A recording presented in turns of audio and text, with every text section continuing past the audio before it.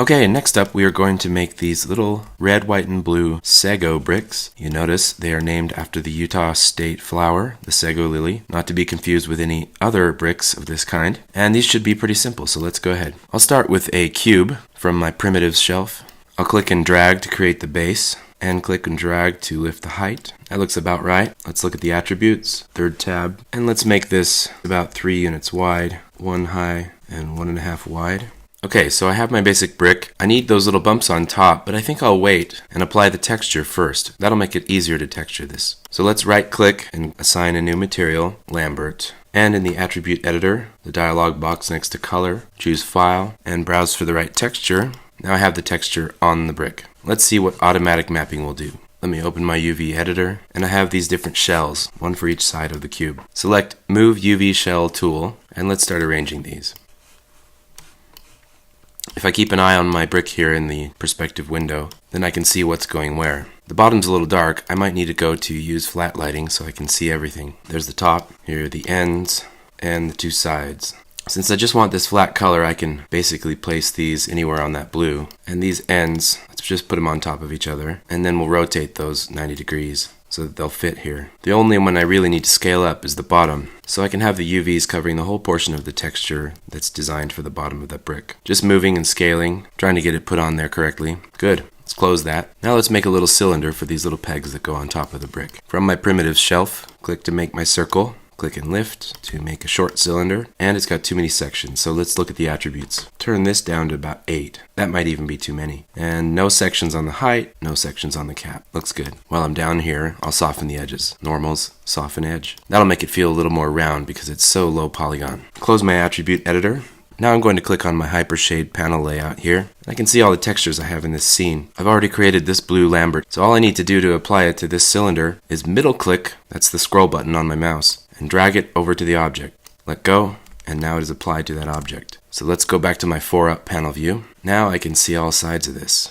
Use flat lighting again, and I'm going to face mode with my select tool because I want to delete these extra triangles at the bottom of this cap. I really don't need them, they won't be seen. So I'll select the 8 of those one by one, shift select to add to that selection, and delete. Now let's map this. Select all the faces, and let's try automatic mapping. What does that look like? That's probably good for the top. Let's move that out of the way for now. Scale it down. Actually, I'll put it here. Select my Move UV Shell tool again, and I'm just going to put these sides on top of each other. Well, that actually looks okay. Pretty simple. But if I needed a different texture on the side of this, I could select those faces, the cylinder without the cap, and use cylindrical mapping right here. That would lay out my UVs all together like this. Now I can scale that down and have one piece. And I might want to flip it to fold it in half, like I did with the bottom of the party hat. Up here, flip selected UVs in U direction. Didn't seem to do anything, but if I move that over, I can see how they're connected. So those were indeed flipped. I'm just going to slide them over till they're on top of each other, and move the whole thing down here. Scale it to fit in that spot, and we'll close our UV texture editor window.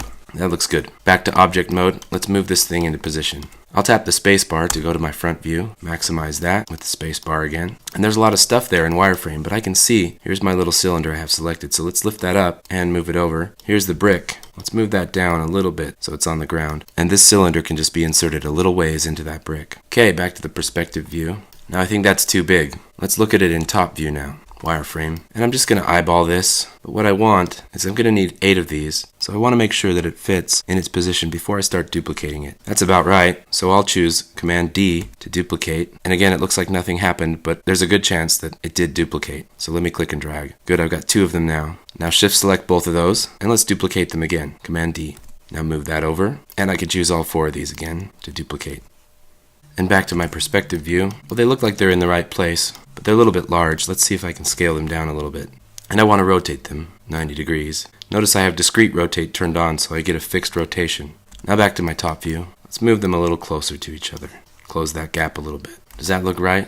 Pretty good. The only problem now is they're all separate objects. What do? Let's just drag a box around all of those things, and we'll click once on Combine. That gives us a new object with a single pivot point. Okay, that looks good. I'm going to rotate that 90 degrees and duplicate it again because I want 3 colors. Let's assign this a new material, Lambert, color, file, browse, and let's choose white this time. This one, assign new material, let's find the red. And now I have all 3 colors. Let me move those out of the way, and we'll duplicate this red one and bring it back to the center of the world. Remember, I can hold down X to snap it to those points on the grid. Now we can use this block to create a half-size version, but that means I have to get rid of some of these extra cylinders. In face mode, if I double click on a face, it will select the entire contiguous mesh that's attached to that face. Kind of like selecting edge loops, only with faces. Now I can hit delete. Now I want to cut this block in half. So let's select the 4 faces around the middle, and we'll use the cut faces tool right here. This will work best from the top down view. I'm going to click as close as I can to that center line and hold down Shift to constrain it to the horizontal. Now let go of your left mouse button. Let's go back to the perspective view, and I've got a good slice all the way through those 4 polygons, making them 8. This should be pretty easy now. Let's click on this face, move it on over. I want these vertices to be right on top of each other, so I'm going to go to Vertex and hold down the V button to snap them. There. Now all 4 of them are snapped. All I need to do now is select all of them and merge them together. Now if I go to face mode and pull on this face, you can see those extra faces on the side are gone now. And it looks like I have a half-size brick with 4 cylinders on top. But if I go to flat lighting and I look at the bottom, that's not quite what I want. I can pretend it's not a problem, but really what I want is a nice circle there, a bottom that looks more like this. How can I do that? Well, this is going to take some clever mapping. Let's open the UV texture editor, and let's select that face so we can deal with that. I can see where it was cut. Let's slide those UVs down for a minute. Now that gets my proportions right. It's just that on this one side, I don't have the border, that little line of red that shows me the plastic sidewall of the toy. One way of solving this is to create a new texture or a new part of the texture that matches what I want to see on the bottom of this brick. Another way of solving the problem is to utilize the texture I have and try to make the most of it. So let's see what options we have. I'm going to go to face mode and split this polygon using the split polygon tool. I'll split it diagonally, push return to commit the function. Now I'll select this UV and see if I can drag it down here. You see what happened? The 2 triangles are mirrored now, and they're both covering the same area of my texture. But the only problem is, that's supposed to be a circle and it looks more like a football. So let's see if we can adjust that. Let's move this UV. That's a little better. The diagonal is going pretty well right across that circle. Let's look at it in object mode. Well, it looks a little wonky, but hey, it's not too bad, and really, I don't know that many people are going to be looking very closely at the bottom of this brick. So now I have the bottom looking like I want, and I really didn't add any new polygons because a square is treated like 2 triangles. So all I did was make 2 triangles out of that square polygon for a net gain of 0 triangles. There's my half-size brick. The pivot point is located on the side of that brick, which is a little odd. What I can do then, you know this, I can hold down D and slide the pivot point, or another thing I can do is go to face mode and select all the faces of the object. Now from my top down view, I can go ahead and slide those faces down to the center and go back to my perspective view. Now those faces are positioned right over the center pivot point, right where I want them. So I guess the last thing to do here, let's duplicate this brick. Duplicate once, duplicate twice, and slide it on over. And now that we've got existing materials, we can assign existing materials, Lambert 44. I should really give these names so I can tell what's what. But there I have my blue, white, and red bricks, half size.